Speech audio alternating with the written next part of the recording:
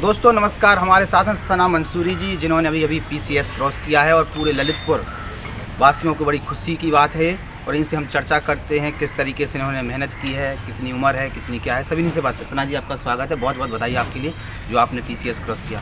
सना जी, कब से तैयारी चल रही है? ये मैंने अपनी तैयारी शुरू की थी ग्रेजुएशन के बाद। जैसे ही मैंने अपनी इंजीनियरिंग पूरी की, उसके बाद मैंने अपनी सिविल सर्विसेज की तैयारी शुरू की। कितनी बार ट्राई किया?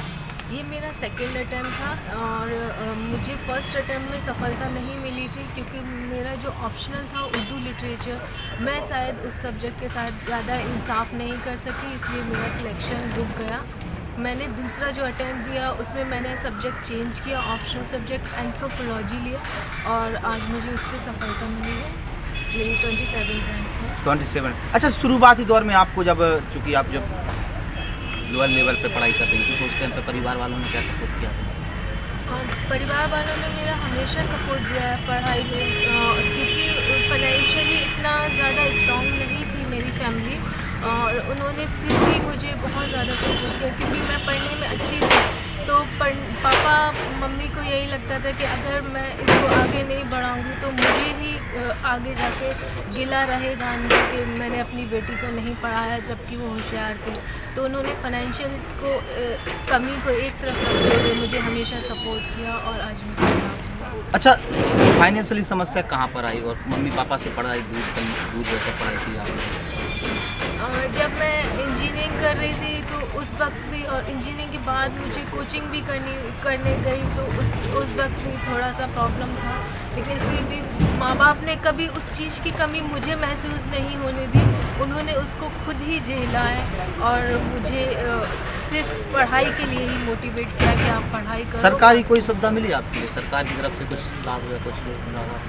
हाँ, मुझे सरकारी सुविधा मिली थी ये कि जब मैं इंजीनियरिंग कॉलेज में थी तो मुझे स्कॉलरशिप मिली थी क्योंकि मैं डिस्ट्रिक्ट टॉपर थी, तो मुझे गवर्नमेंट की तरफ से स्कॉलरशिप मिली थी और जिसके थ्रू मैंने इंजीनियरिंग किया है। मुझे जो फ़ी था वो थोड़ा मेरा कम हो गया था और मैंने अपनी इंजीनियरिंग पूरी की। तब PCS कहाँ से आपने की है?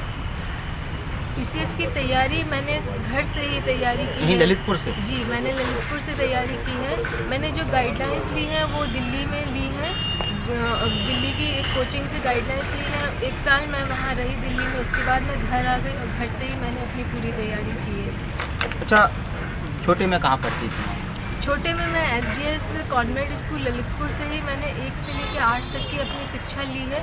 उसके बाद 9 से 12 तक मैं GGIC इंटर कॉलेज में मैंने अपनी शिक्षा प्राप्त की है। कहाँ उस टाइम का अनुभव? उस समय का भी मेरा हमेशा पढ़ाई में ही रुझान था, तो उसके अलावा मेरा और कुछ मोटिव था ही नहीं, तो पढ़ाई की तरफ ही बस अच्छा करना चाहती थी। अच्छा, किसी अच्छे विषय, किसी एक विषय पे कमांड, किसी अच्छे एक विषय पे कमांड है किसी पे है? हाँ, मेरा मैथ्स में बहुत अच्छा कमांड है और मुझे मैथ्स बहुत पसंद है। मैथ्स में मेरा हमेशा 100 आउट ऑफ 100 मार्क्स आता है। टीचरों को क्या कहना चाहिए?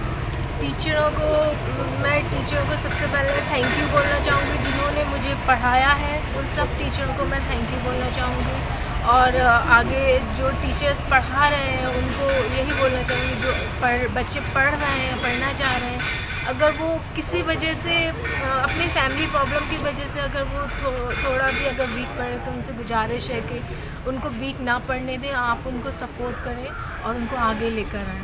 अच्छा, पढ़ाई के बीच में दोस्तों का क्या रहा? दोस्त भी बने होंगे आपके?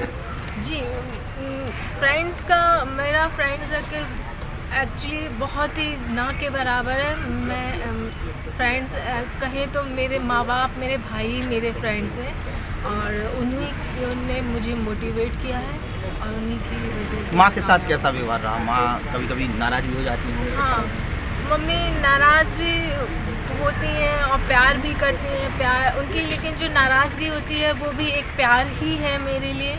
और वो मेरी एक फ्रेंड है, मेरी बहुत अच्छी फ्रेंड है और हमेशा उन्होंने मुझे सपोर्ट दिया। कभी कभी पापा भी अगर वीक पड़े तो मम्मी ने ही सपोर्ट किया है कि कुछ बातें मम्मी से छुपाती होंगी आप भी? हाँ, कुछ चीज़ें रहती हैं जिन चीज़ों से चाहती हूँ कि पेरेंट्स को हर्ट ना हो, तो कभी कभी करना पड़ता है, तो होता है ऐसा लाइफ में। पापा आपके सर्विस में थे तो टाइम भी नहीं दे पाते हैं? पापा का कोई योगदान है कि नहीं है? हाँ, पापा का बहुत फाइनेंशियल के अलावा और कुछ?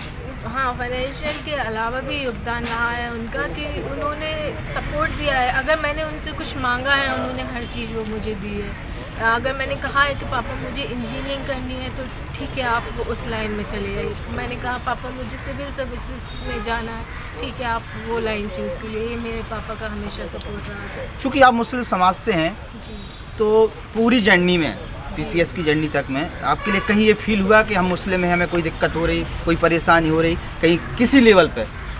नहीं, मैं ये बात ज़रूर कहना चाहूँगी कि समाज में ऐसी विचारधारा रहती है और है भी कि हम मुसलमान हैं इसलिए शायद ऐसा ना हो कि हमें बाहर कर दिया जाए या हमें निकाल दिया जाए। लेकिन मैं ये समझती हूँ कि ऐसा बिल्कुल भी नहीं है, क्योंकि आज जब मेहनत करके मैं पहुँच गई हूँ तो कल आप लोग भी यहाँ तक और भी मुसलमान यहाँ तक पहुँच सकते हैं।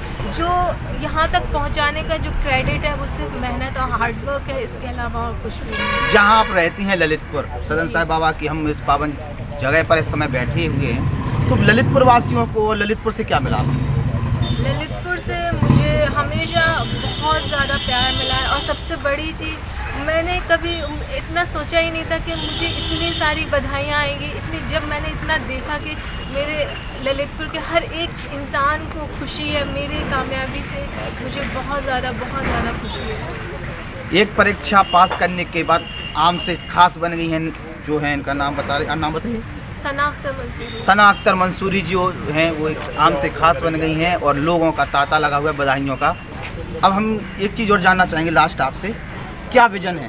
क्योंकि अब तो आप एक जिम्मेदार पोस्ट पर पहुंचेंगी, अब जो आप बनाएंगी वो आगे चलेगा। कई तो ऐसे होते हैं कि सरकार तो किसी ने देखी नहीं, लेकिन जो अधिकारी होते हैं वही सरकार का प्रतिनिधित्व करते हैं। तो क्या विज़न लेके अब आगे जाएंगी आप? मेरा यही विज़न रहेगा कि गवर्नमेंट की जो पॉलिसीज़ हैं, उनके प्रोग्राम हैं और जो वो जिन लोगों के लिए, पर्टिकुलर लोगों के लिए, गरीबों के लिए हैं, बेटियों के लिए हैं, वुमेंस के लिए हैं, वो उन तक पहुँचे।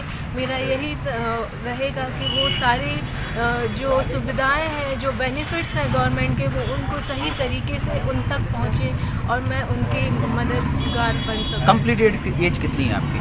मेरी 28 ईयर्स हो। बहुत बहुत धन्यवाद आपका। Thank you sir.